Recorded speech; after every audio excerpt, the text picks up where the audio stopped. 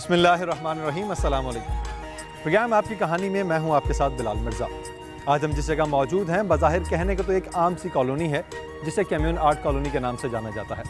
ये वो कॉलोनी है जहां पर मुख्तलिफ आर्टिस्ट हज़रात आते हैं अपने फ़न को उजागर करने के लिए। ना सिर्फ अपने फ़न को उजागर करते हैं बल्कि उन्हें यहाँ पर इस तारीखी विरसे की हैसियत रखती इमारत में जगह भी फराहम की जाती है अपने आर्ट की नुमाइश के लिए। लेकिन इस तमाम तर काम के पीछे एक ऐसी शख्सियत मौजूद है जो आज हमारे इस कहानी का हिस्सा बनने जा रही है। ये आर्ट की जो गैलरी, जो कॉलोनी बनी है, ये उसी शख्स की मरहून मिन्नत है जिसने इस आर्ट कॉलोनी को आर्टिस्ट के लिए वक्त कर दिया है। ज़्यादा इंतजार नहीं करवाएंगे, अंदर चलेंगे और आपको इस हरफन मौला शख्सियत से मिलवाएंगे और बहुत से शाहकार जो इस हरफन मौला शख्सियत ने तैयार किए हैं वो भी आपको दिखाएंगे।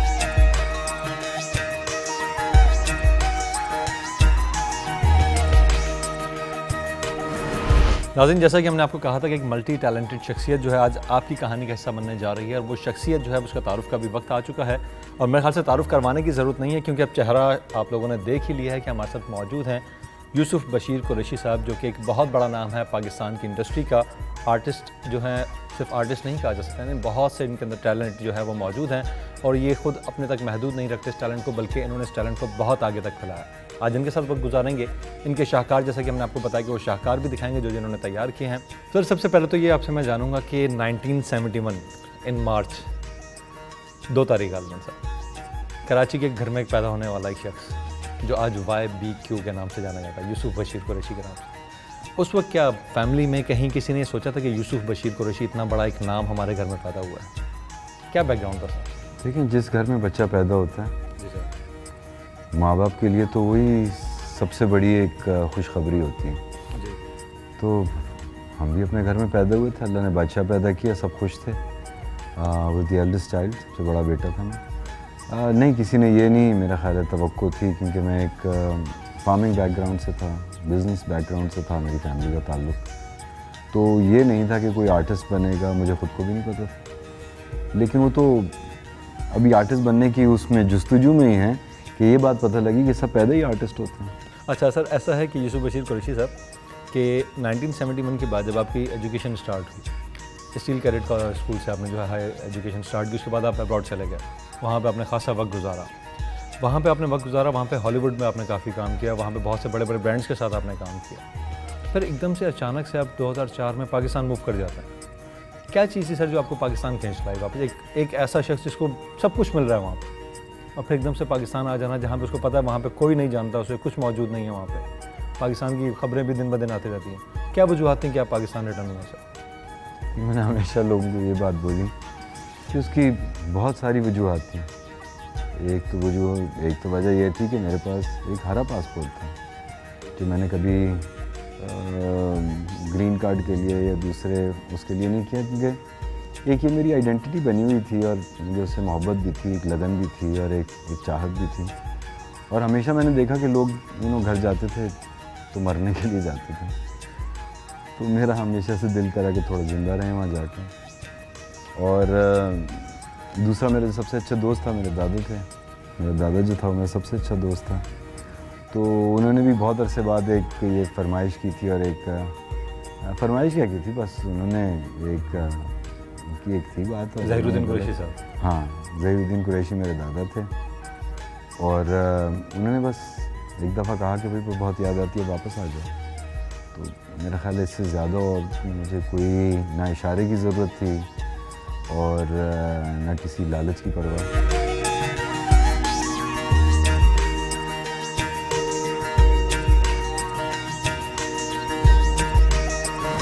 अच्छा, जैसा आप मुख्तलिफ टैलेंट को जो है वो प्रमोट करते हैं, टैलेंट में अगर पैशन मौजूद होता है, आज हमें पता चला कि आपके पास कोई ऐसी लेडी आई हैं जिनके पास पेंटिंग का बेनतहा टैलेंट मौजूद है, तो क्या आप उन्हें प्रमोट करेंगे? क्या है आज आप उनसे हमने मुलाकात की? जी हाँ, वो आज आई हुई हैं, उनसे मुलाकात भी करेंगे और देखेंगे, उनका काम भी देखेंगे। देन वी विल सी कि उनको वो किस स्टेज पे हैं और किस स्टेज पे जाना चाहती हैं और हम किस तरह उनकी मदद कर सकते हैं। ये कम्यून आर्ट कॉलोनी जो है, आपको यहाँ के सबसे पहले बताओ कैसा लगा? आप यहाँ का माहौल आपने देखा, सारी चीज़ें आपने देखी यहाँ पे? मुझे यहाँ बहुत अच्छा लगा आकर, स्पेशली सर की बातें मुझे बहुत अच्छी लगी। सर का जो सोचने का जो स्टाइल है वो मुझे बहुत अच्छा लगा। ठीक है, तो कम्यून आर्ट कॉलोनी में आप क्या समझते हैं कि आर्टिस्ट को क्या मौका मिल सकता है अपने आप आर्ट को उजागर करने के लिए? Why you selecting commune art colony? यहाँ पर एग्जीबिशन लगाकर या सर से कुछ सीख सकते हैं हम, कि हम आगे बढ़ सकते हैं यहाँ पर इजीली। मुझे ऐसा फील होता है यहाँ पर ऐसे आकर। सर और भी यहाँ पे हमने देखा कि बहुत से लोग हैं जो यहाँ पर मुख्तलिफ अपने हुनर को जो है निखार रहे हैं, दिखा रहे हैं, बता रहे हैं क्या क्या कर सकते हैं वो, और फिर उसके बाद जो है वो उसके ज़रिए से अपने घर को भी चला रहे हैं, पेट भी पाल रहे हैं। तो मेरे ख्याल से इस पूरी कॉलोनी के अंदर बहुत से काम हैं, उन सबको हम विज़िट करना चाहेंगे। ज़रूर, ठीक है, उन पे चलेंगे सर। और भी बहुत से लोग हैं जिनको हम विज़िट करेंगे, जहाँ जाएंगे उनसे जाके बातचीत भी करेंगे, देखेंगे कि उन्होंने कम्युनिटी आर्ट कॉलोनी को कैसा पाया।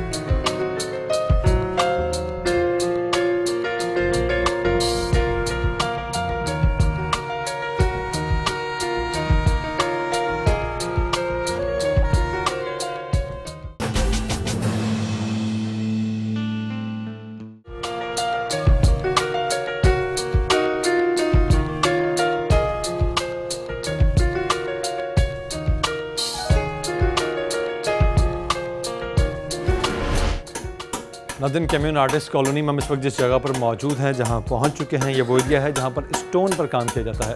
ये काम बहुत ही महारत के साथ किया जाता है और किस तरह किया जाता है, ये तमाम तर काम भी हम आपको दिखाएंगे और कौन लोग करते हैं उन लोगों से भी हम आपको मिलवाएंगे।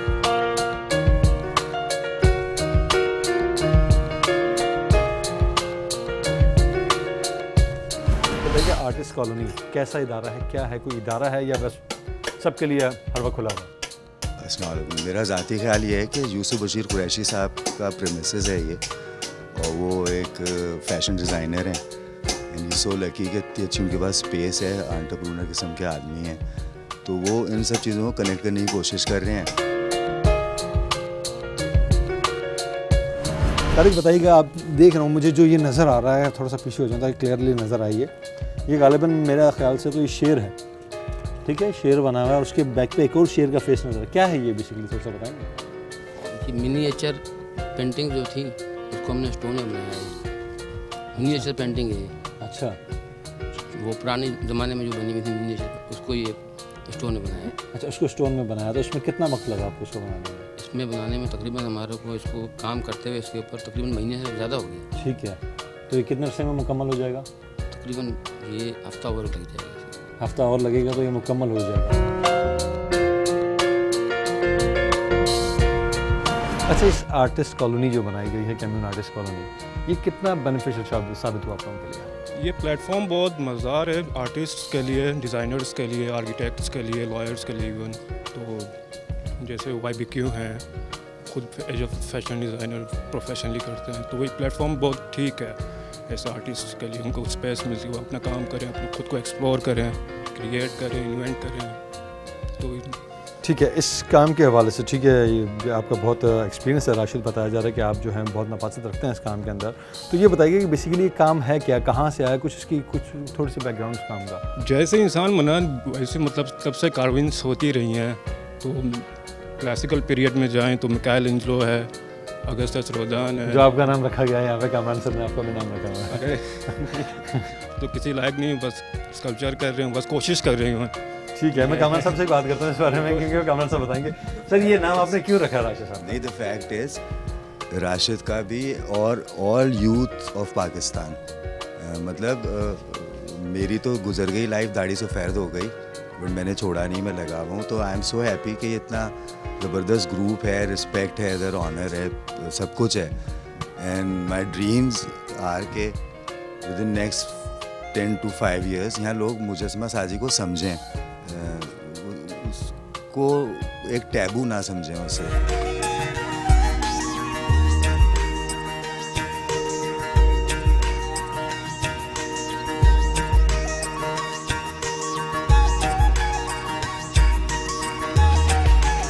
फूड साइंसेस में आपने एजुकेशन ली, लेकिन आर्ट कब से निखरना शुरू हुआ? आपको कब फील हुआ कि यार मैं बहुत बड़ा आर्टिस्ट बन सकता हूँ? यार बहुत बड़े और बहुत छोटे की बात नहीं थी, बस एक जुस्तजू थी कि भाई मैं हूँ कौन और मेरी मंजिल क्या है और मेरी ताकतें क्या हैं। जब बचपन से ही बताया गया कि भाई खुदा तुम्हारे सीने में है, तो इतनी बड़ी ताकत हमारे सीने में है, तो और उसी ने हमें बनाया, कहानी भी उसने हमारी लिखी, तो उसने कोई आम चीज़ तो नहीं बनाई। तो जब आम चीज़ नहीं बनाई तो फिर इसके बारे में तस्खीर करना ही हमारा, मेरा ख्याल है, मकसद हयात था, क्योंकि इतना बड़ा उसने तोहफ़ा हमें दिया, यानी कि अपना नायब बनाया। तो फिर उसको तस्खीर करने के लिए उम्र तो लगेगी, तो वही उम्र हमें मिली है। Artist, photographer, designer, actor, farmer, social worker, अला बला बहुत सी चीज़ें हैं सर, चलते जाएंगे, इसमें हम खैर से कमी नहीं हो सकती, इसमें इजाफा ही होता जाएगा।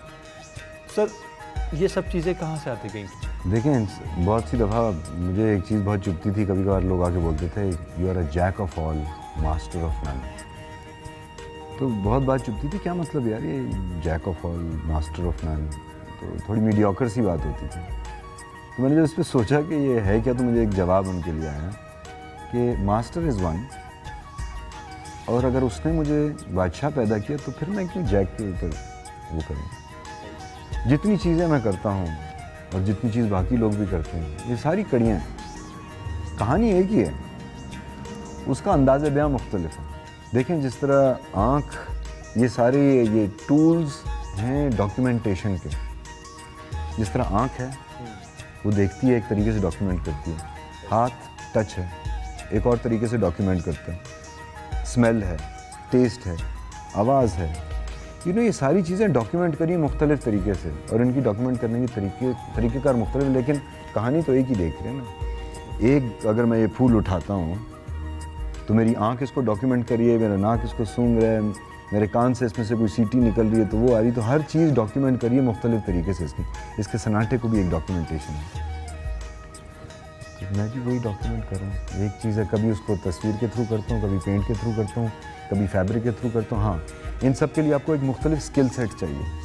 उस स्किल सेट के लिए हमने इंस्टीट्यूट्स बनाए हैं, स्कूल्स हैं, कॉलेजेस हैं, यूनिवर्सिटीज़ हैं, और अब तो गूगल है और यूट्यूब है, तो ये सारी चीज़ें हमारी फिंगर टिप्स के ऊपर आ गई हैं। तो आप जिस चीज़ में एक्सेल करना चाहिए, आप अपनी कहानी जिस तरह बयान करना चाहिए, जिस तरह आप ये मेरी जो कहानी आप बयान कर रहे हैं, कई लोग लिख के करते हैं, कई लोग फिल्म के थ्रू करते हैं, कई लोग कैमरे के थ्रू करते हैं, कई लोग पेंट से करते हैं, कोई फैब्रिक से करते हैं।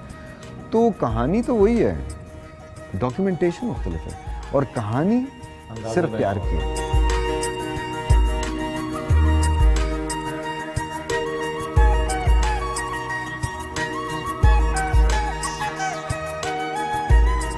आपको विरसे में मिली ये जगह जिस पे आप आज मौजूद हैं, जिसको आपने अपने समझ लें कि पाकिस्तान में अपने कैरियर को बूस्ट करने में आपने इसी प्लेस को यूज़ किया।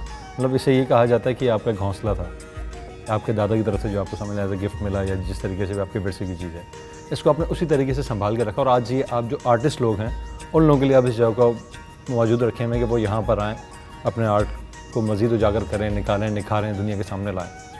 तो सर ये क्या आइडिया था, कब से ये आइडिया आपके जहन में आया कि वहाँ जाके आर्टिस्ट के लिए कुछ किया जाए?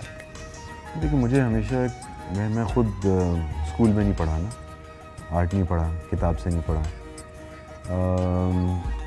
तो मुझे एक ऐसी जगह बनानी थी जहाँ मैं सीख सकूँ लोगों से, जो मैं सीख के आया हूँ वो मैं लोगों को बता सकूँ, ताकि हम लोग मिल के कुछ काम कर सकें। क्योंकि जो मुझे चीज़ें करनी हैं अभी, जो मैंने लिखी हुई हैं, ये मुझे करनी, उसी के लिए मुझे कुछ 600-700 साल की ज़िंदगी चाहिए, पॉसिबल नहीं है। तो ये सारी चीज़ें मैं कैसे कर सकता हूँ? ये सारी चीज़ें मैं उस वक्त कर सकता हूँ जब मैं लोगों के साथ मिल के काम करूँगा। एक मुझे आइडिया किसी के बाप की मिलकर थोड़ी, आइडिया फ्रीक्वेंसीज हैं। आप दुआ करो, आपको मिल जाएगी। कुंडा लगना है ना इसका, कुंडा लगना चाहिए। और दुआ, ये वो इस कुंडे का तरीका क्या? दुआ है। दुआ क्या है? नियत है। और नियत क्या है? नियत मोहब्बत है। तो आसान काम है, इसको हम इतना कॉम्प्लिकेट क्यों करें?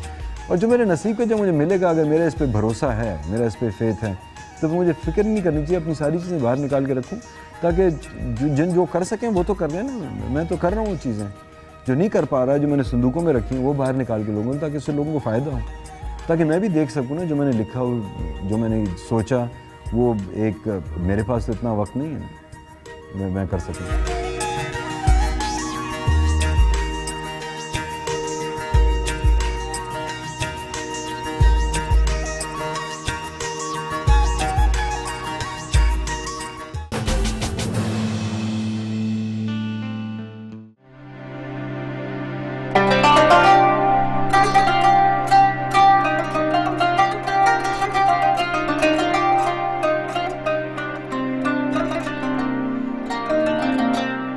नाज़रीन, ब्रेक से वापस आ चुके हैं। ब्रेक में जाने से पहले जैसा कि हमने आपको कहा था कि हमारे साथ यूसुफ बशीर कुरैशी साहब मौजूद हैं। बहुत सी वेरिएशन है इनके पास म्यूज़िक की, म्यूज़िक सुनेंगे आज इनसे, और साथ ही जो सूफ़ीज़म से इनका लगाव है उस बारे में कुछ बात करेंगे। अच्छा, सूफ़ीज़म के बताइएगा सर, सूफ़ीज़म में कोई ख़ास शख्सियत हैं जिनसे आपको लगाव रखते हैं, या ओवरऑल सूफ़ीज़म जो है? यार, सारे सूफियों ने जो यहाँ आए थे वो किस लिए आए थे? यहाँ का मौसम अच्छा था, यहाँ के लोग अच्छे थे, यहाँ के लोग अच्छे थे, यहाँ उनको इस्लाम फैलाने आए थे और उन्होंने उसी तरीके से उनको इस्लाम फैलाया। इन्होंने ख्वाजा गरीब नवाज़ आए, फिर निज़ामुद्दीन औलिया थे, फिर उनके साथ कैसे कैसे जो अमीर खुसरो थे वो उन्हीं के साथ होते थे। तो अमीर खुसरो ने ये जो मैं आपको बता रहा था जैसे तारा ये इंस्ट्रूमेंट, ये अमीर खुसरो की ईजाद है।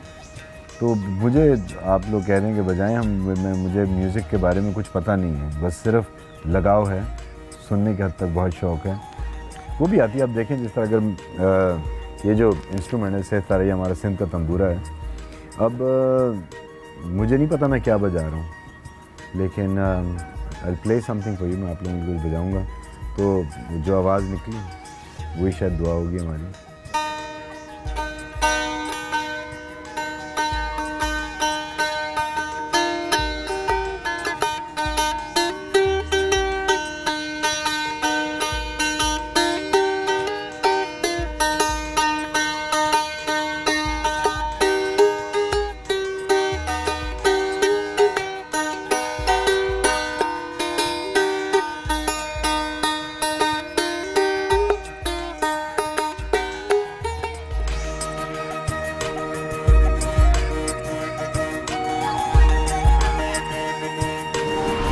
इसको बजाने का मकसद मेरा तो यह है कि जिस तरह गुम जाना है, गुमना इसलिए ताकि वापसी का रास्ता ढूंढ सकें।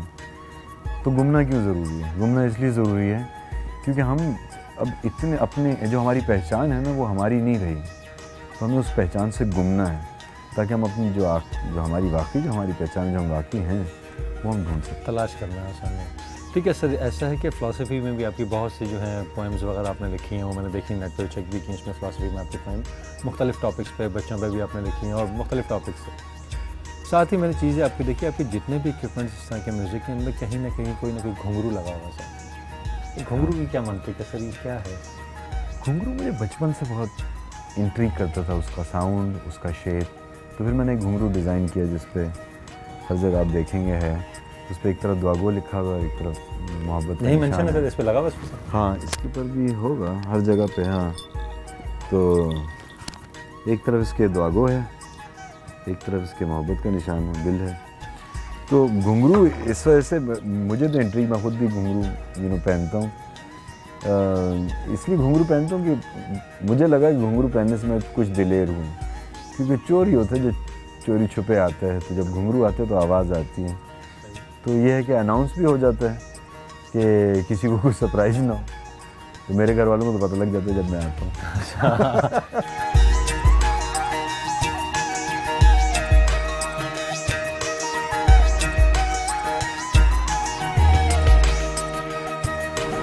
और ये कि सूफ़ीज़म में सर, सूफ़ी में जब आप जाते हैं, बहुत से सूफ़ी शायर हमारे यहाँ गुजरे, उनमें कोई ख़ास ऐसे शायर हैं जिनको आप सुनते हों, जिनका आप लिखा हुआ पढ़ते हों? कोई मखसूस ऐसे हैं जैसे शाह अब्दुल लतीफ़ भटाई जो हैं, उनके बारे में बहुत से सूफ़ीज़म में जो है लोग सामने आते रहते हैं, मीर खुसरो साहब हैं, बहुत से लोग हैं। तो किसी को स्पेसिफिक आपने रखा आज तक जिनको आपने बहुत ज़्यादा पढ़ा हो या जिनके बारे में जिनको आपने बहुत ज़्यादा सुना हो? देखिए, पढ़ा तो मैं ज़्यादा हूँ ही नहीं, लेकिन यह है कि जिनसे मेरा दिल ज़्यादा लगा वो बाबा बुल्ले शाह थे और हज़रत इकबाल।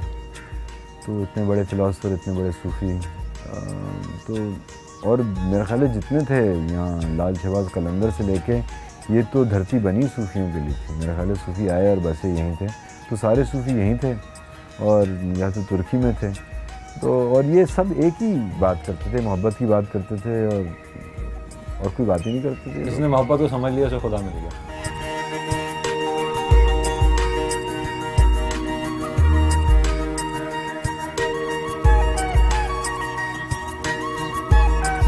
ठीक है सर, आपने बताया कि रबाब वगैरह आप नहीं बजा सकते प्रॉपर्ली, लेकिन आप तो ये भी नहीं बजा सकते, लेकिन आपका पैशन, आपका जुनून, लगन जो आपने कुछ ना कुछ बजाया, मुझे उम्मीद है कि सर ये आप कहीं ना कहीं बजा लेंगे। बजा के नहीं सुनाता मैं, सिर्फ आपकी इसकी एक तार की आवाज़ ही सुना देता हूँ, तो वो इतनी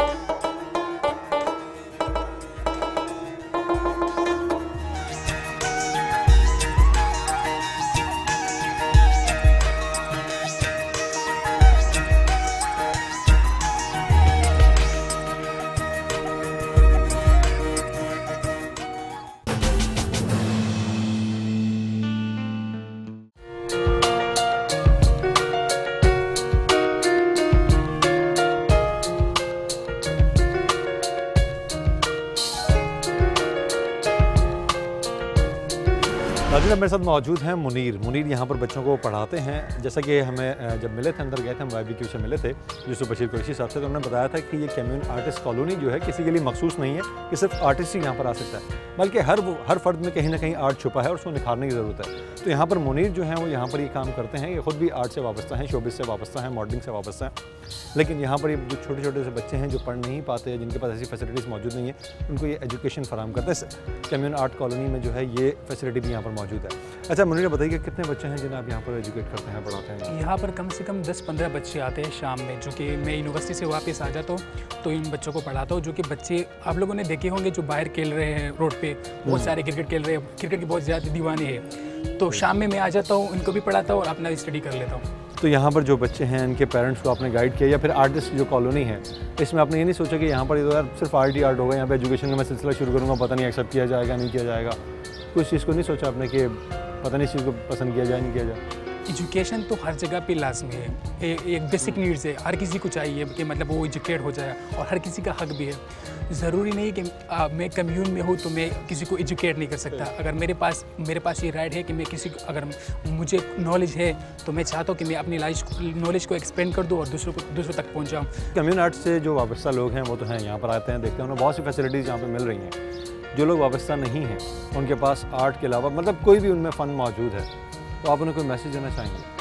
हाँ, अगर उसमें कोई भी टैलेंट है तो हमारे पास स्कल्पर्स है, पेंटिंग वगैरह है, पेंटिंग है, डिज़ाइनिंग है, हर किस्म के मतलब डिपार्टमेंट में काम मिल सकता है, वो आ सकता है। क्योंकि सर हर किसी को मतलब एक प्लेटफॉर्म मुहैया करता है कि आ जाओ मेरे साथ काम करो, हर किसी के साथ। देखो यहाँ पे वो भी है, इंटीरियर का काम हो रहा है, इंटीरियर के लिए उन लोगों ने उसने भी एक प्लेटफॉर्म प्रोवाइड किया, और स्कल्पर्स के लिए अलग, फैशन डिज़ाइनिंग के लिए अलग, हर जगह पर मतलब वो मैग्नस में भी वो चला रहा है। तो हर जगह उसने एक प्लेटफॉर्म मुहैया किया है यहाँ पर।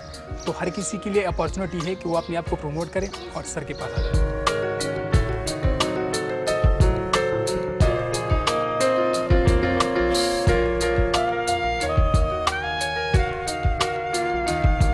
जैसा कि हमने आपको बताया था कि मुख्तलिफ काम यहाँ पर चल रहे हैं। जैसा कि पत्थर का काम हमने आपको दिखाया, पत्थर के बाद यहाँ पर लकड़ी का भी काम हो रहा है, और ये कम्यून आर्टिस्ट कॉलोनी ही की जगह है जहाँ पर लकड़ी के काम की जो है सहूलत यहाँ पर दी जा रही है। लोग यहाँ पर आते हैं जो कि इस काम को जानते हैं। बहुत कदीम काम है, बताया जाता है कि 100 साल से पुराना ये काम है, कि वो लकड़ी जो कि बहुत पुरानी हो चुकी होती है, पहले तो इससे जो है कशीदाकारी करके इस पर मुख्तलिफ डिज़ाइंस बनाए जाते हैं, फूल वगैरह बनाए जाते हैं, लेकिन साथ ही इसके अंदर एक ऐसी क्वालिटी मौजूद है यहाँ पर कि वो लकड़ी जो पहले वक्तों में किसी इमारत में कहीं पर मौजूद होती थी, उस लकड़ी को जो है दोबारा से निकाला गया है। वो दरवाजे खास तौर पर जो इमारतों में लगे होते थे, उन दरवाज़ों को निकाला गया है और उनकी असली शक्ल में उनको वापस लाया जा रहा है। तो ये तमाम चीज़ें हम आपको दिखा रहे हैं, यहाँ पे आर्टिस्ट कॉलोनी में जा रही हैं, और यहाँ पर जो साहब मौजूद हैं उनसे बात करेंगे, उनसे जानेंगे काम किस तरीके से जो है ये करते हैं यहाँ पर, और इस आर्टिस्ट कॉलोनी से इनको क्या बेनिफिट है। अस्सलाम वालेकुम।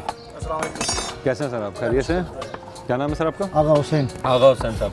अच्छा आगा साहब, ये काम जो है मैं देख रहा हूँ काफ़ी बारीकी के साथ ये काम किया जाता है, काफ़ी खूबसूरत तरीके से इसको निखार के सामने रखा गया। क्या काम है ये बेसिकली, क्या कहलाता है? बेसिकली ये जो है तकरीबन 100 साल पुराना काम है, और इसको जो है ये पुराने ज़मानों में जो प्री पार्टीशन से पहले ये हिंदुओं के ज़माने में बिल्डिंगें बनी हुई थी, जिसको जो है हम लोग जो है हम इसको प्रिजर्व नहीं कर सके। हमारे जो इनको संभालने वाले थे, तो उन्होंने जो है उसको डिमोलिश करके तो इसका माल हम ख़रीद लेते हैं, और इसको हम जो दोबारा से रीडू करके हम इसको स्क्रैप करके, इसको पॉलिश करके, और इसको दोबारा से जो है यूज़ मतलब इस्तेमाल के लिए हम बनाते हैं। मतलब ये एक तरीके से विरसा है हमारा, ये हमारा विरसा है। हम इसको गंवाते नहीं हैं, हम इसको तोड़ फोड़ के फेंकते नहीं हैं, हम इसको दोबारा से ज़िंदा करते हैं। अब जैसे इसको ख़त्म कर दिया गया है, हम इसको दोबारा से इसको उजागर कर रहे हैं। इस काम को स्क्रैप भी करते हैं, इसमें रिपेयर वर्क भी है इसका काम। मतलब ये काम जो इसके ऊपर मैं देख रहा हूँ, ये काम इस पर पहले से हुआ हुआ था, ठीक है, वो दब चुका था, वो खत्म हो चुका था, वो वक्त के साथ साथ इसके ऊपर जो है ये लेयर आ गई थी। ठीक है, ये जरा काम दिखा हटना बेटा, ये आप काम देख रहे हैं, इस काम के ऊपर ये मिट्टी की लेयर आ गई है। अब इस मिट्टी की लेयर को जस्ट के उसको हम सफाई करके, स्क्रैप करके, छोटे छोटे नाखूनों से इनसे ये निकाल के इसको दोबारा से उजागर कर रहे हैं कि ये जो है ये दोबारा अपनी असली शक्ल में वापस आ जाए। ठीक है, तो इनकी कहते हैं कि लकड़ी जो होती है, लकड़ी की एक खास उम्र होती है। ये लकड़ी जो है ये बर्मा टीक की लकड़ी है, और ये बर्मा से जो है आती थी उस ज़माने में जो है जहाज़ों के ज़रिए, और ये फूल छाप लकड़ी है, और ये जो है तकरीबन 400 साल जो है इसको जो है इस्तेमाल कर सकते हैं आप, और 500 साल जो है इस लकड़ी को जो है आप प्रिजर्व कर सकते हैं। ये जो है 400 साल इसको इस्तेमाल में ला सकते हैं आप, और 500 साल इसको, मगर इसके लिए इसका तरीक़ाकार यही है कि इसको प्रिजर्व करने के लिए इसको जो है इसको स्क्रैप किया जाता है, फिर इसके ऊपर जो है दाना पॉलिश होती है, उससे जो है ये इसको पॉलिश होती है और इसमें दोबारा से जान पड़ जाती है।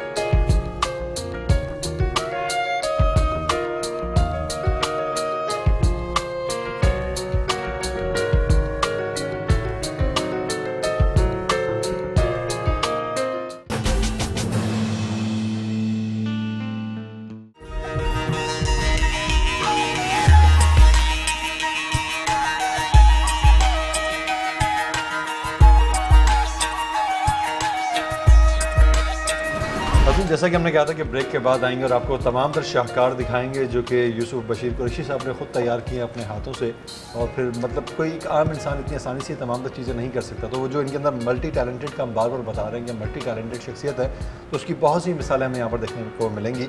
अभी जिस जगह पर हम मौजूद हैं यहाँ पर बहुत से फेसेस रखे हुए हैं, और ये फेसेस आम किसी के फेसेस नहीं बल्कि बहुत बड़ी बड़ी शख्सियात के फेसेस हैं जो कि बशीर कुरैशी साहब ने खुद ही डिज़ाइन किए हैं। किस तरह किए हैं उनसे जानते हैं। सर ये बताइएगा किन किन लोगों के फेसेस हैं और ये क्या चीज़ है इसके बैक पे? टर्न मी ऑन के नाम से मैंने नेट पे तो चेक किया था जी। ये एक सीरीज़ है खुदागाही की जो इकबाल के शेर से शुरू हुई थी, जब इश्क सिखाता है आदाब खुदागाही, खुलते हैं ग़ुलामों पे असरार शहंशाही। तो ये था कि अपने बारे में मालूम करना कि भाई मुझे कौन से चेहरे अच्छे लगते हैं और कौन से चेहरे हैं जो मुझे पसंद हैं। तो ये उन चेहरों को ट्रिब्यूट है। ये 313 चेहरे होंगे, अभी तो मेरे बस 76 हैं। इसमें बहुत सी मशहूर शख्सियात भी हैं जिनके साथ मेरा एक ताल्लुक़ रहा है, और these are my heroes and this is my Pakistan. देखिए इतने सारे चेहरे हैं खुदा ने बनाए, और तमाम चेहरों की नाक भी है, आँखें, होंठ, हर चीज़ उसी जगह पे जब जिस तरह दूसरों की, लेकिन एक माइन्यूट सा एक कोई एंगल है जो बदलता है और पूरा चेहरा मुख्तलिफ हो जाता है। तो हम इससे बड़ी कोई शाहकार तो मैं तो बिल्कुल कुछ कह ही नहीं सकता इससे आगे। तो खुदा ने ऐसी चीज़ बनाई कि वही चीज़ें नहीं, बस एक माइन्यूट सा चेंज है और सारे चेहरे मुख्तलिफ हो जाते हैं।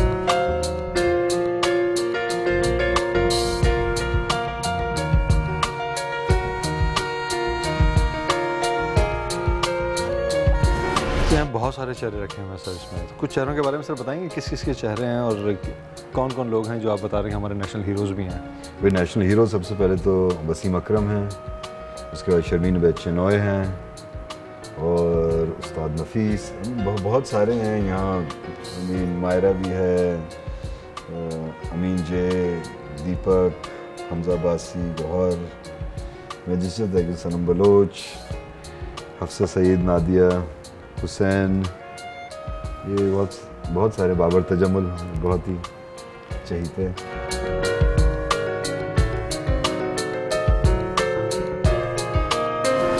इधर चलते हैं हम इस तरफ जहाँ पे आप बता रहे थे कि लाइब्रेरी है, और बहुत सी चीज़ें मुझे यहाँ दूर से ही नज़र आने लग गई।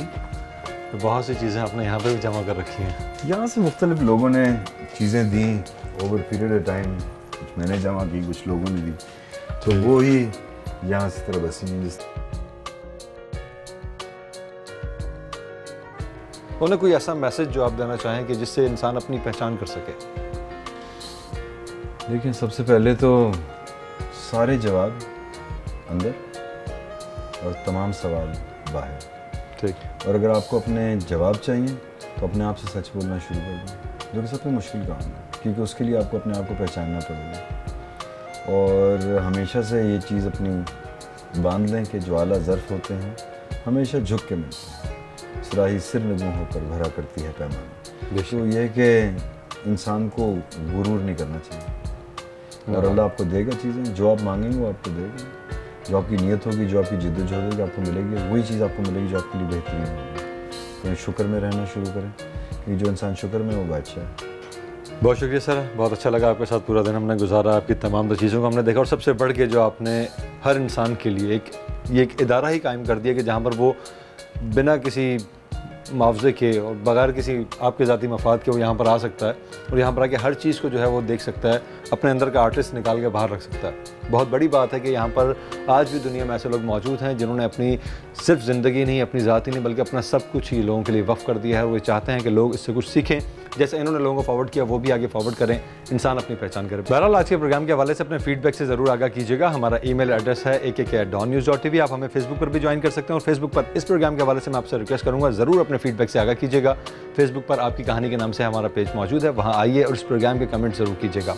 अगले प्रोग्राम में किसी नए मौजू के साथ दोबारा हाजिर होंगे, तब तक के लिए बिलाल मिर्ज़ा और आपकी कहानी की टीम को दीजिए इजाज़त। अल्लाह निगहबान। पाकिस्तान जिंदाबाद।